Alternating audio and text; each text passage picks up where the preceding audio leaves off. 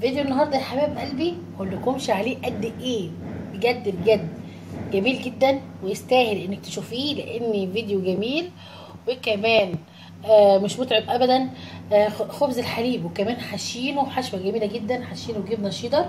ان شاء الله هتشوفوا الفيديو بتاعنا هيعجبك جدا جدا. يا ريت تدخلوا وتشوفوا الفيديو. ان شاء الله هتعملي احلى خبز حليب هش وما شاء الله عليه خمران وجميل. شوف قد ايه، شوف المخبوز بتاعنا رائع ازاي.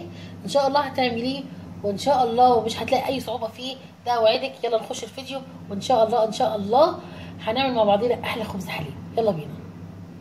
السلام عليكم ورحمه الله وبركاته. حبايب قلبي ازيكم؟ يا رب تكونوا بخير. اهلا وسهلا بيكم في قناه ابداعات فرح. احنا النهارده ان شاء الله ناويين نعمل مع بعضينا خبز الحليب وكمان هنحشيه من جوه جبنه، فحاجه كده بسيطه جدا وظريفه ومغذيه كمان، تنفع فطار ولادنا وممكن كمان ياخدوها معاهم المدرسه بكل سهوله وبكل بساطه كده. شايفين المكونات بتاعتنا بتتكلم لوحدها، مش محتاجه ان انا اتكلم، فبس هقول لكم عليها. انا هنا معايا 4 كوبايات من الدقيق، او ممكن تقولي في حدود نص كيلو من الدقيق. معايا هنا نص كوبايه خليط من سمنه وزيت، يعني نص الكوبايه نصها سمنه ونصها التاني زيت. ومعايا هنا 3 معالق كبار من اللبن المجفف، ومعايا حبه واحده من البيضه، بيضايه واحده يعني. وهنا معايا معلقه سكر كبيره ونص معلقه ملح صغيره. وكمان معايا قطعه خميره بيره، اللي انا الخميره اللي دايما بقول لكم يعني الخميره اللي هي الفريش الطريه، ومدوباها في كوبايه ميه. دي هنا الخميره قطعه كده قد عين الجمل، يعني قد الكبريته مثلا، زي ما انت شايفاها كده. لو بالجرامات هنقول في حدود 10 جرام من الخميره.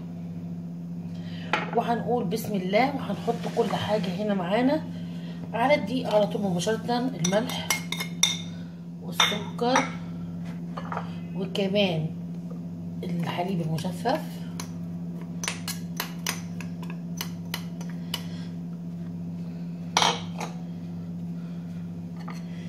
وكمان هنا نحط السمنه بتاعتنا والزيت. العجينه دي حابه اقول لكم عليها قبل ما نبدا، كل ما تعجيني فيها اكتر كل ما هتديكي النتيجه اجمل. وعاوزه عجينه كده ايه طريه، عاوزه عجينه تكون ناعمه. ده اللي اقدر اوصله لك، عاوزه عجينه تكون ناعمه كده. هنا حبه البيض،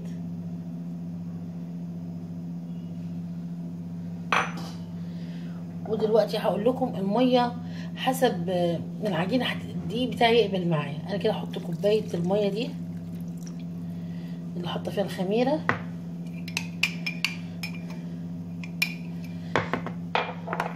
وهنبدا نعجن. وانا هنا مقدمه معايا ميه دافيه، لو احتجت هحط لها.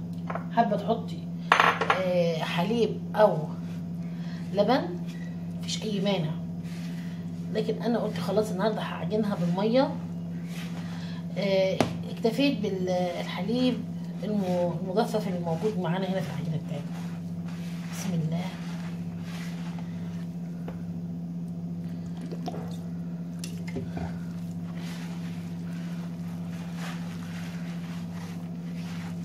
هبدا الفها كده، واكيد هرجع اوريكي شكل العجينه معايا. زي ما انتم شايفين العجينه بتاعتي خلاص لفتها. هبدا اعملها كده قد 5 دقايق. الموضوع ده بيخلي العجينه بتاعتي قد ايه ناعمه وطريه وجميله.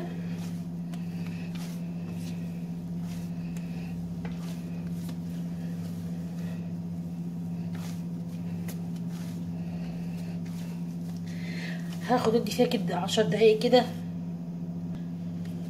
شايفين العجينه بتاعتي بقت ناعمه ازاي وجميله، عاوزين نوصل لها كده. شايفين العجينه بتشد ازاي؟ خلاص احنا عملنا لها عرق كده، فبقت ما شاء الله عليها العجينه جميله جدا جدا. هسيب كميه العجين معايا احطها كده في الطبق، هسيب كميه العجين معايا تتضاعف وتخمر، وهرجع لكم وهنشوف هنعمل ايه الخطوه اللي جايه. رجعنا لكم يا حبايب قلبي. خلاص زي ما انتم شايفين العجينه بتاعتي ما شاء الله عليها، الكميه بتاعتها تضاعفت وبقت جميله جدا. دلوقتي هنبدا ونقول بسم الله ونبدا الشغل فيها. هقسمها كده وهاخد جزء ده منها كده،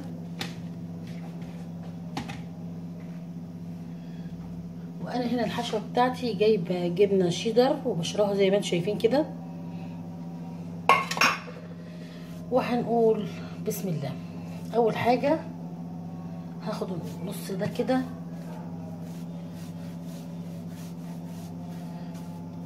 وهقطعها قطع صغيره بالطريقه دي.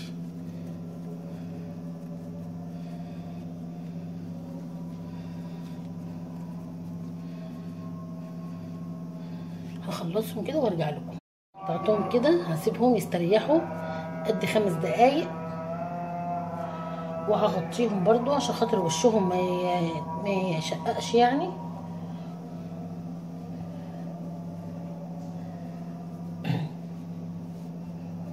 وهنبدأ ونقول بسم الله.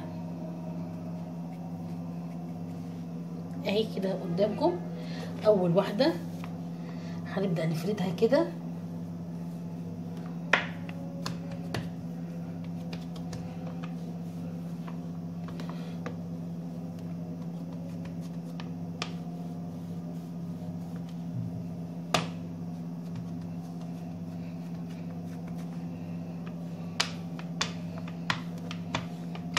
هنعملها كده طويلة عشان خاطر نلفها رول.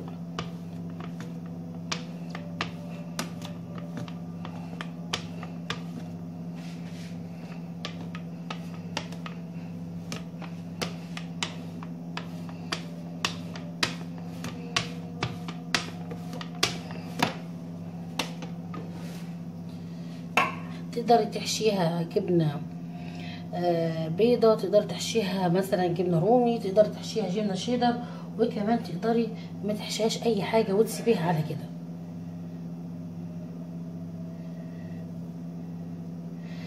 دي ممكن تكون فطار، ممكن تكون عشاء خفيف، ممكن كمان الولاد ياكلوها كده بين الوجبات، بتبقى كمان ظريفة جدا جدا مع الولاد.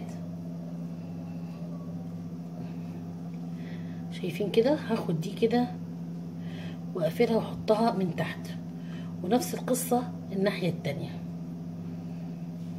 مش عاوزة اطول عليكم، هخلصهم كلهم وهلفهم في الصاج بتاعي وهرجع اوريكي شكلها هيكون ايه. حبايب قلبي زي ما انتم شايفين خلصت الصاج بتاعي. هستنى عليه يخمر والكمية بتاعته تتضاعف، وان شاء الله هشغل الفرن بتاعتي على 180 درجة الحرارة، هحطها على الرف الوسطاني وهخليها كده. اول ما تلاقي القاع بتاع المخبوز بتاعي بقى لونه كده ذهبي، مستناش لحد ما يحمر قوي، ممكن اطفي، ولو كان لسه الوش لسه ما احمرش اشغل الشوايه عشان خاطر ياخد اللون الذهبي الجميل، عشان كمان ما ينشفش. فهو كده زي ما شايفين ما شاء الله عليه جميل جدا. انا معايا معلقه من اللبن البودره، حطيت لها كده معلقتين من الميه، وبالفرشه بتاعتي هدهن خبز الحليب بتاعنا.